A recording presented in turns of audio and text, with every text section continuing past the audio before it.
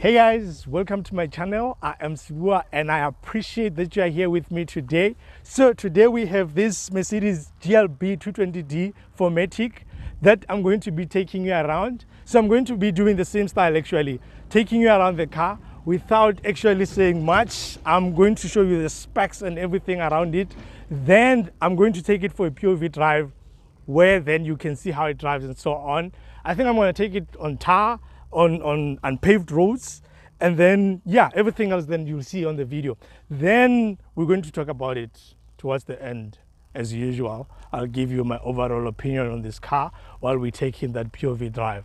Otherwise, I thank you very much for being here. I appreciate that you're here with me. And then if you need anything, you know, comment, let's engage, subscribe, and yeah, everything else, you know, I appreciate you. Thank you very much.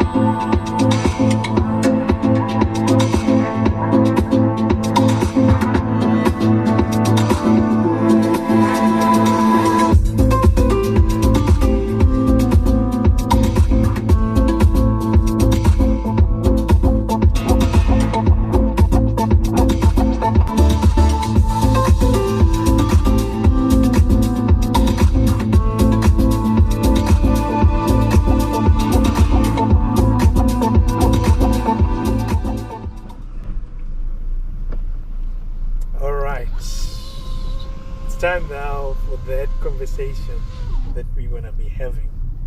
So, normally when I drive, I just have a conversation. I don't just base it solely on this particular drive, but I bring everything together overall. But yeah, that's how we're going to be going about this conversation. So let's talk about this car off-road. Number one, I will just give you the conclusion and say this car is not made for off-road. It has some off-road package, whatever Mercedes is calling it, something. I think it's helping you when you're trying to navigate your way off-road, especially because they're 4MATIC. But yeah, I haven't really used it that much. What I used is these cameras that I find really helpful when you're driving off-road, because it can really show you what's on the surface. And the cameras, they are okay-ish. I can't say they are the clearest that I've seen, even at this price point. I don't think they are the clearest that I've seen, but they're doing a great job in showing you like what's on the surface, where to go and how to navigate. Because for someone like me who likes sitting or taking the seat down as down as it can go, you find that maybe I'm just seeing like part of the dash, like part of the boot in front bonnet, okay, whatever they call it, in front of me. So these cameras are helping a lot when it comes to seeing the surface and seeing what's around you. It's just that it's picking up a lot of things as obstacles, and you'll find that it's making a lot of beeps because it's taking them as you're about to hit something, because the 360 camera in here is quite effective actually. It easily spots whatever is around you whenever you're trying to navigate your way through like narrow paths and so on. So that's the thing that you might be struggling with when you go off-road. The reason I'm saying this is because I'm actually used to driving off-road myself, but not necessarily in a hardcore way, like when you're giving me like a very, what is this, like let's say a Toyota Fortuner, where now I have to do some off-road modes. I don't do that, but I've driven a lot on unpaved roads because of where I come from. In Limpopo, we drive a lot on unpaved roads, so that's why I learned how to drive as well. So navigating around that is quite easy. But for someone, I believe these cameras are going to do a lot of work in helping you to actually see your way around wherever you are visiting. Maybe you're going there for a wedding, because weddings, somehow, for some reason, weddings are usually in places like this one that I'm driving right now, where you find yourself going in a funny place and you just find a nice place on the other side of the unpaved road. So yeah, with that part, I think they're going to help you a lot, and I find it easy to just navigate around. The steering wheel is doing quite a great job. It's fitting well to the wheels. I don't find it to be over. And now when you like trying to drive fast on the unpaved road, I should call it, that's where you'll feel that, yeah, no, this car is really not made for this, because there's the rattles that are happening in here. It's because it's sitting on very low profiles This is on AMG package in it car, and you can spec it with this 20-inch rims that is on this car. It's spec with the 20-inch rims, and they're very, very low. They're 45s, so they're very, very low, and you can feel almost every rock when you're hitting it, like from underneath coming inside the cabin. So that's one thing that it makes this car to feel so delicate. You know, when you're touching everything around it, it feels solid. It feels very solid actually, like the metallic beats and the steering wheel and everything else. It doesn't necessarily shake a lot, but there's these rattles that are happening because this car as well is very long. So obviously the plastics that are at the back are actually feeding as well into this rattling that is happening, because I've experienced this on the same road. I've done it with the Pajero, which is a serious off-roader, but you still experience that because the cars like this that have like 7 seats and so on, they tend to be too long to a point that, yeah, you will feel those rattles. Otherwise, when it comes to the cabin itself, on the off-road, that's where you feel that it's really, really delicate. It feels like you have, you know, when you have like a phone that doesn't have like a hard cover and it's made of glass at the back, you know it's a quality phone, but it's so delicate. And that's the thing that I'm experiencing with this car, that you feel that you might break something, like you're hitting it when you're off-road. I think maybe it's because of the low profiles, as I'm saying, fitting into the cabin as you're driving, but it feels so delicate, and I really don't think it's made for off-road. If you are planning to do that, maybe get bigger tires or consider something else, because this car, I think it's not for this one.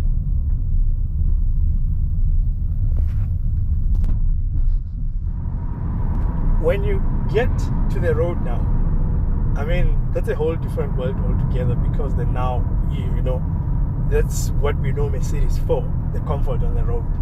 But let's start here. When you go to the back routes, the ones that are like narrow paths, one way, that's where you will tend to feel whether the car is sporty or not, right? So yeah, before we even go far, what you see here, this camera is the augmented reality navigation. When you have the navigation, Mercedes navigation installed, or as a package you got it, it's going to show you when you're turning, whether you turn left or right, brings the camera on, then it shows you. But what we were using here actually is Waze, and the reason for that is because this navigation is not the best for me, because it doesn't face north, it doesn't face up when you're going with the car. But back to the road, that's where I think this car understands the assignment. When you're trying to pull it or push it rather, it allows you. And this engine, I think for me, it's one of the best diesel engines that I've ever driven. I mean, this engine knows its story, really. When it comes to the way it handles the road, it's doing this thing when you obviously changing the modes, moving from comfort and then going to sport. It does this thing that it allows you then to change the suspension as well. Of course, you can do that on individual, but on sport, it does it for you. When it puts the suspension on sport, and then the car obviously lowers, or you won't feel that when you're driving for sure. But it adjusts the suspension to a point that you can easily throw the car around. When you're hitting curves, when you're trying to pull it, it doesn't feel like it's struggling to do that. And that's where, for me, it's quite amazing, because this is a big car. This is a long car, actually. When you're looking at it, the proportions of this car are actually, well, like, they're nice. I think it's one of the nicely proportioned car because of the size when I'm looking at it outside. But when you're coming inside, that's when you realize, well, wow, this is space that is in here. Actually, I'm in like a hall or something. And the amazing thing is that when you're on sport mode, like now, it doesn't feel like it's a big car. It feels like it's like a small car in the way that it's behaving, in the way that it's responding to your driving. And no matter how you try to push it, of course you can't over push it because you know there are limitations. But for me, for example, on these seats that we are on right now, I'm not a big guy and the seats are not hugging me, but I don't find myself losing balance and going side by side, getting a lot of body roll, because this car, the suspensions, the way it sits, and then the tires, because it's obviously low profile and they're wider, it's helping a lot when you're taking curves, when you're just trying to throw it around. I really enjoyed every bit of this car when it comes to that, because it gives you the confidence that I can go. You know, when you're trying to go, it says to you that, okay, fine, let's see what you can do, let's see what you can do, let's see what you can do. It doesn't sound like it's struggling at all. One thing that you're going to find to be a little bit of a challenge though is that the road noise is quite a lot. It's coming quite a lot. Whenever you are listening to everything in this car, you can feel that, okay, fine, there's quite a big amount of wind noise, and then there is a road noise. Obviously it's coming from the tires because these tires are low profile. And when I'm thinking about the wind noise, it's looking at the proportions of this car and the design. I think it's not as aerodynamic, and it contributes a lot to the wind noise. That's one thing that you need to understand with this car. But if that is bothering you a lot, I think what you can do is to try and remain on the 19s. It's not gonna look as amazing as this, but wow, you're going to, I don't know, but yeah, you know, this car, once you put it on sport and you're just trying to move, it makes this funny sound. I don't know if it's coming from the speakers inside of here, but it makes this funny sound that says, let's go, let's go, let's go. And the suspension as well, the way it responds to the sport mode. One thing though is that the sport mode is mostly nice when you are doing high speed. When you're doing, like, you're just cruising and doing low speeds and stuff, it's not recommended according to the way I've experienced it. It feels so confused. This 8-speed DCT, I believe it's one of the best out there, but the way it behaves when you're on low speed and when you're on sport, it's like it's confused. It doesn't know whether to move up or to change down or what needs to happen next. You know, it's the thing that you need to be aware of, that rather keep it on comfort, but if you want to play around, you can easily just put it on sport, and the car is going to behave as if, you know what, I'm smaller than I look. Actually, I can do things that, you know, smaller dynamites can actually do. That's one thing that really impressed me. And one thing, it doesn't feel like, you know, I've driven diesels, man, that are like, you know, the way they're pulling and stuff, it's totally different to this one. Maybe it's this sound that is bluffing me or something, I don't know, but this engine is just one of the best diesel engines that I've driven. This 2-liter 140 kilowatts, it's doing amazing work, and the pulling power is so amazing. 400 newton meters of torque. I think it's handling well in this car. The 4MATIC as well, it helps a lot, because when you're pulling, even when you're experiencing the turbo lag, once the turbo kicks in and you're moving from a traffic light, it's just going. For a car this size, the way it moves, it is so sufficient, even for people who really love that, you know, to push a car to that level where, you know, yeah, it's a performance vehicle. And this car, it's not a performance vehicle whatsoever, but the things that it can do, I think moms in this car can shock a lot of people, really, in the way that it is performing.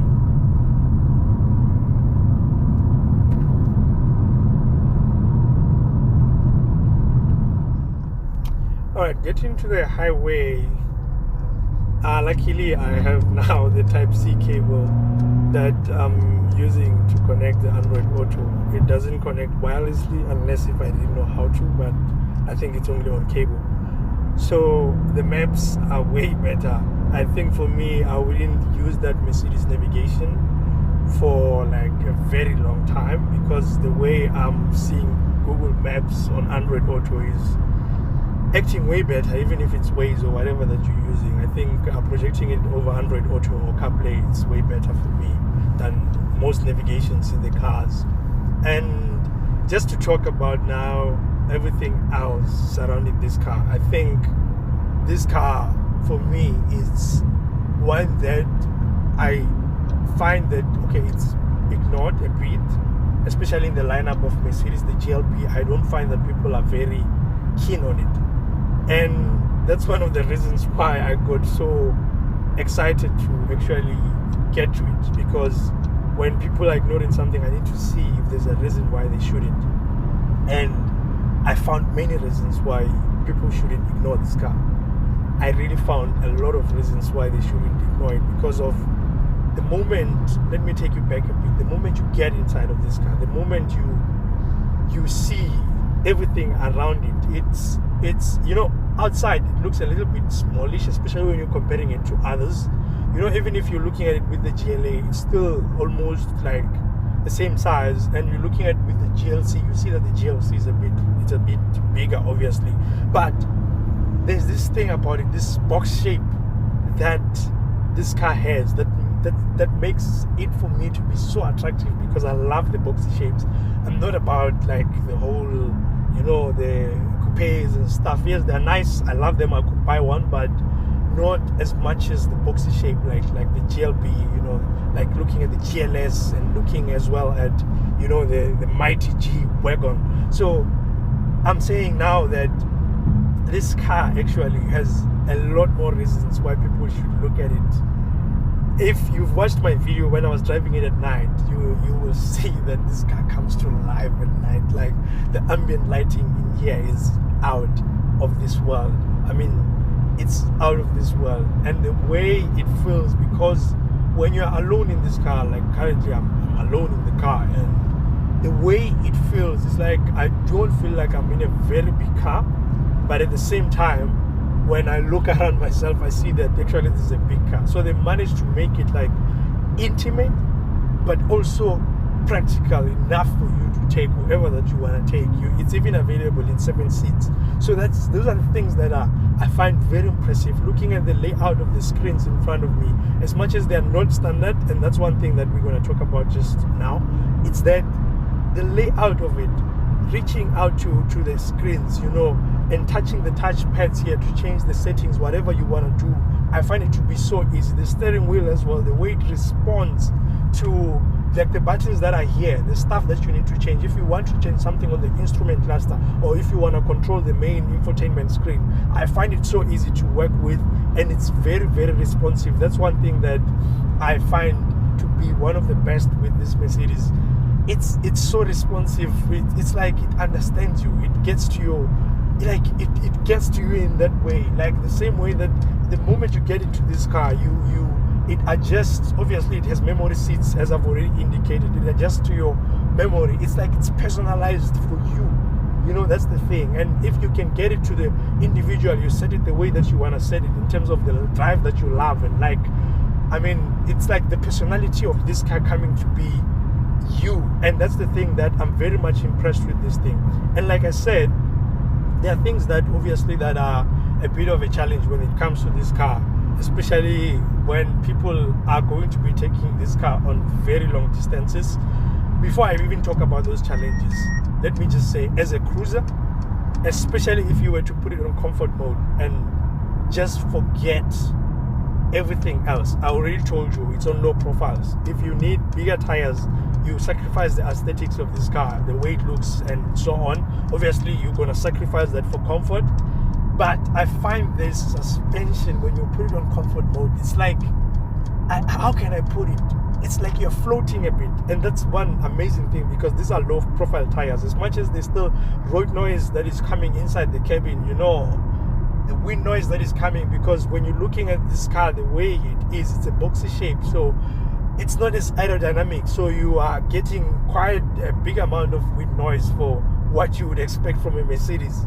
But I tend to forgive some of those things, especially when I think that if I want to play around with it, then I'm going to be able to.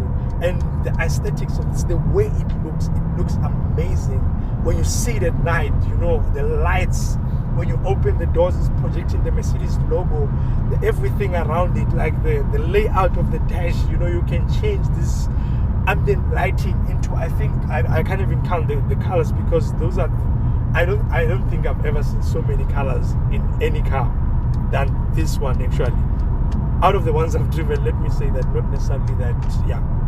But as a cruiser, I find it to be one of the best cruisers, because of the way that when you're on comfort mode, where I believe that people will be driving this car on a daily basis, whether you have the aircon on or off, it's still very much responsive. It allows you to just go. It gives you the confidence to just, keep going and keep going. These seats are feeling so comfortable. Plus, they have these extenders here where they can get to the knee.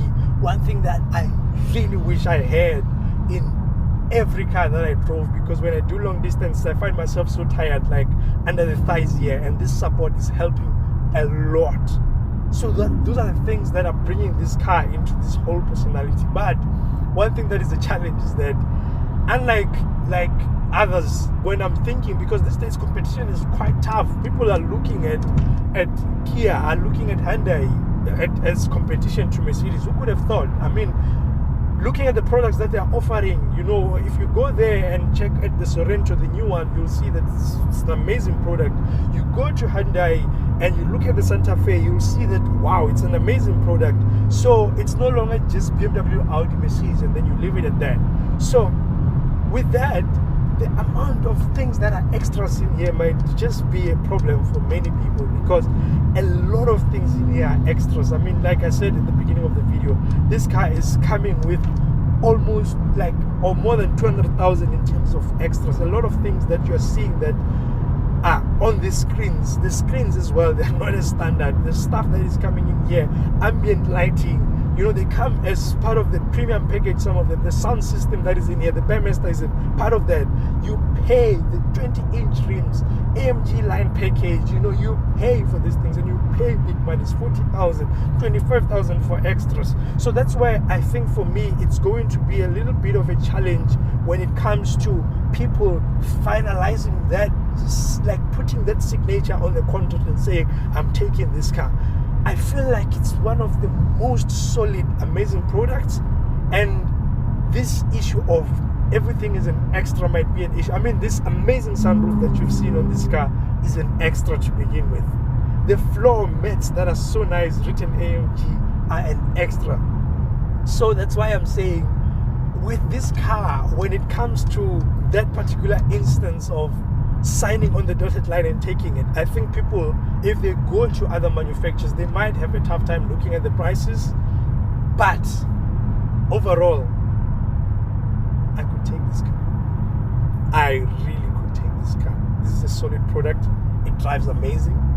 It's one of the best engines that I've driven, especially a diesel. And overall, it looks amazing to me. It feels amazing. It is riding well. I can't complain much about this car. The price tag as well for me is very much justified. Wow, I can't believe I'm saying that. Thank you very much for watching. Thank you for being with me. I truly appreciate every single minute that you spend with me, or second rather. I thank you, and I am out.